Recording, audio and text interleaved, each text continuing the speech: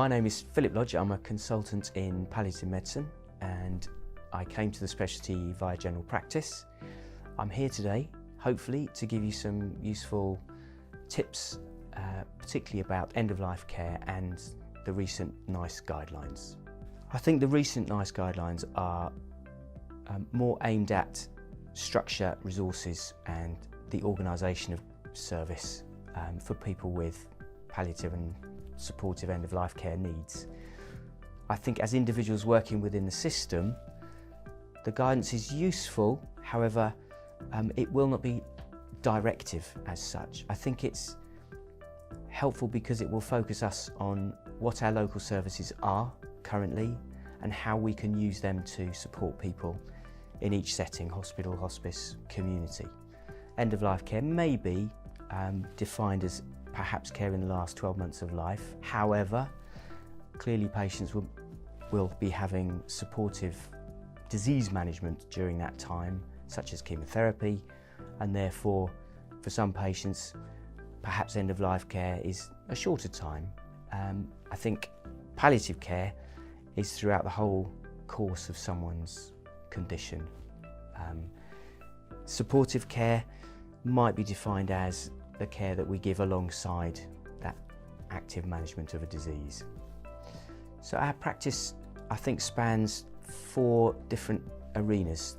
The hospice inpatient population, which majority of patients will be referred in for symptom control, then end-of-life care, and a smaller number for rehabilitation or respite care.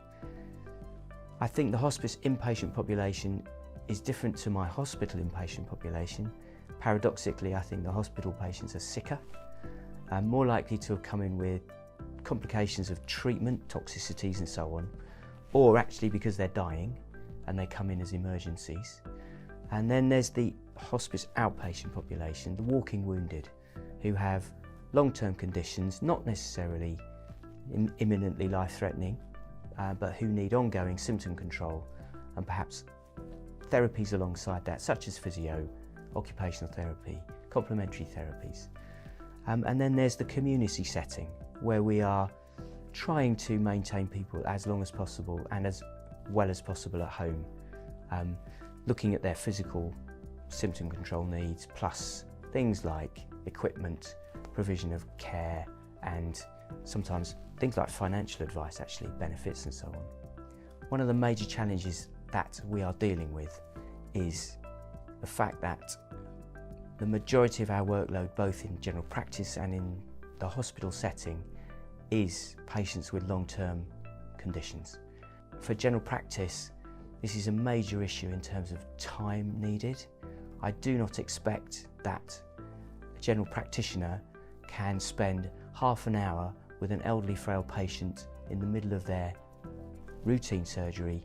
Prognostication is clearly something that we are notoriously inaccurate at. And I speak as a palliative care clinician and I should be good at it. I get it wrong. I do, however, think that there might be triggers for us to think this patient may well be approaching end of life. Particularly in general practice, that may well be a diagnosis. It could be admission into a nursing home. The UK nursing home population has a yearly mortality of about 50 to 60%. Therefore, it would seem very reasonable to have a discussion at that stage. It may be recurrent admissions. We know that, generally speaking, acute admissions of all cause in this country, about 30% will be dead in a year. And if they're over 85, probably 45% plus.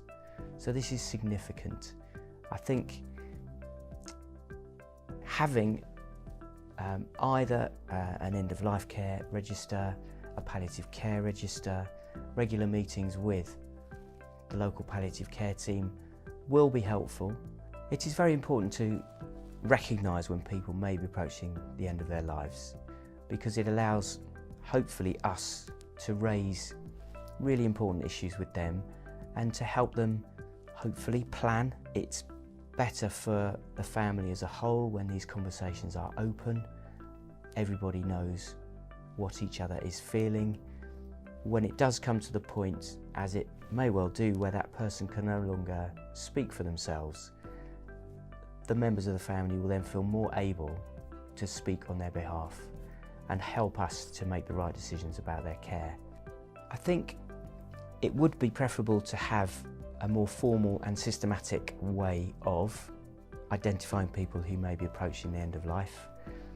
I think this is another challenge. However, it could be that a diagnosis alone is enough to trigger the conversation.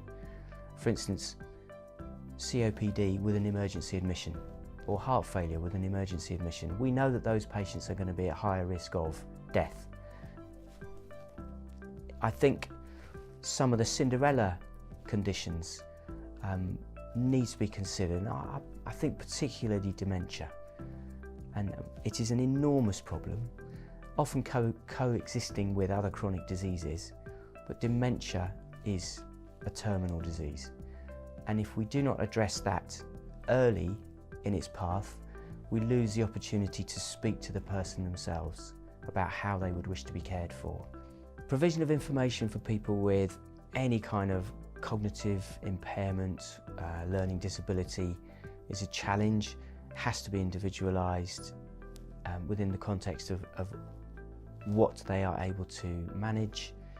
I think where people have been assessed as not having, for instance, capacity to make decisions regarding their care, it does not mean we should not include them in discussions.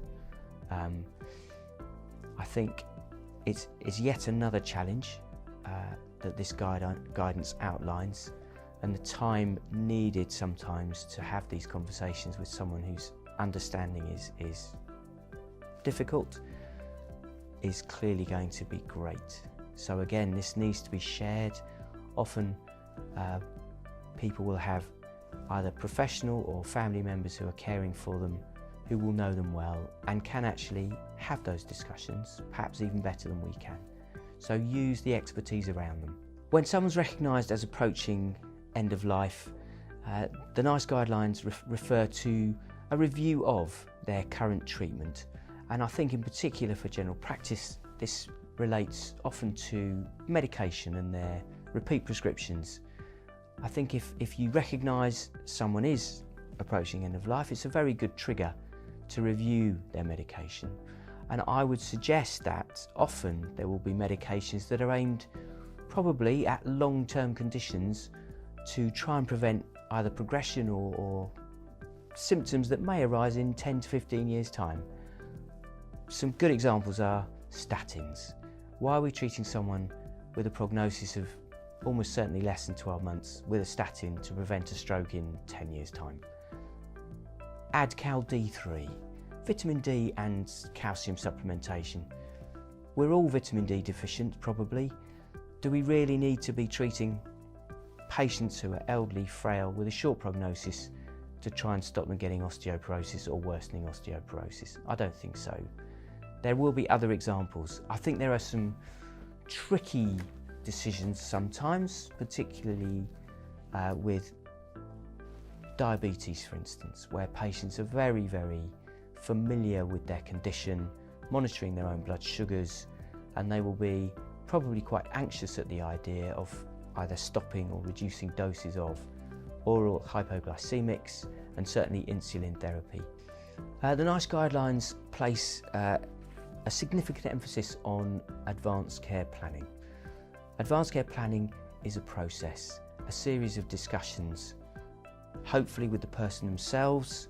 If they've lost capacity, it may be that conversation will be had with their family, next of kin. It is to try and establish their views and wishes on how they are looked after in the future, and will consider, hopefully, things that might be predicted to occur, such as what would happen if I were to develop a pneumonia on the background of my Parkinson's disease. Would I wish to be treated in hospital with intravenous antibiotics and so on? Or actually, is it my wish not to go to hospital anymore and to be kept comfortable at home or perhaps in the local hospice? it may not be as stark as that.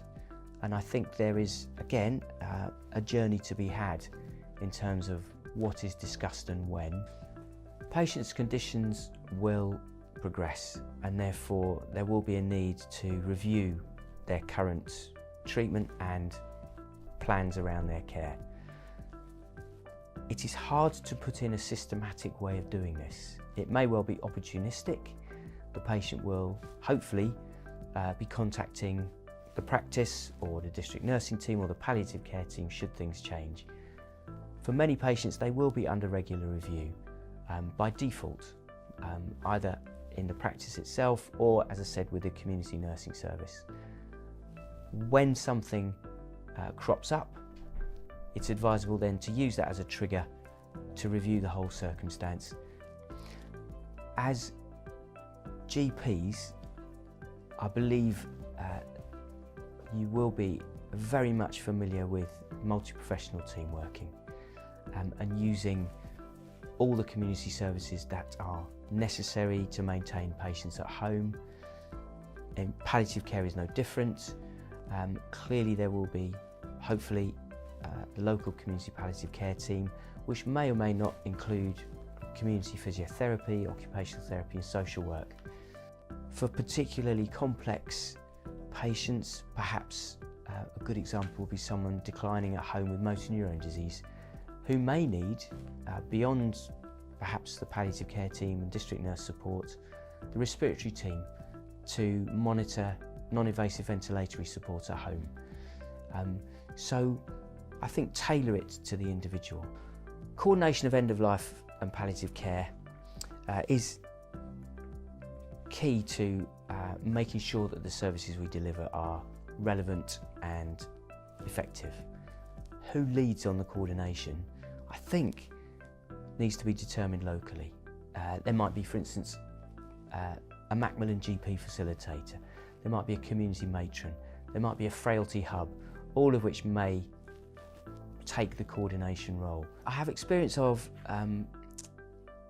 a local change whereby we put in place a rapid discharge from hospital pathway for people who had days to live and wished to die at home.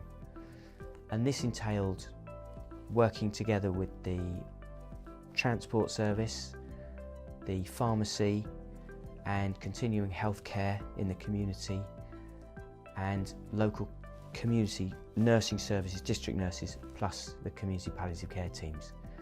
And it has allowed us to be able to do same-day discharges with provision of equipment such as a hospital bed, commode and so on. And although it's time-consuming, it has made a significant difference to patient and carer experience and has certainly allowed some people to be in the place of their choosing. Out-of-hours care for patients who are dying at home is key to maintaining their wish. I think where there is a nighttime district nursing service, hopefully problems can be anticipated and dealt with. For instance, providing injectable anticipatory symptom control medication may well allow patients to stay at home when, in its absence, almost certainly that they would have to go into A&E. As much as you can, put in place that anticipatory plan and make sure at least the medication is provided with the right administration charts so that any district nurse, palliative care team, clinician or even paramedic can administer that really helpful symptom control medication. The NICE committee also recommends that there is access to a healthcare professional who can see that particular patient's records and advanced care plan and make decisions, that there is a pharmacy that can provide out-of-hours medication, and that there is also recourse to a palliative care advice line. These guidelines are aimed at helping us to optimise the care of patients with palliative and end-of-life care needs and to smooth out those variations across the country. I hope you have found this film helpful. Thank you for watching.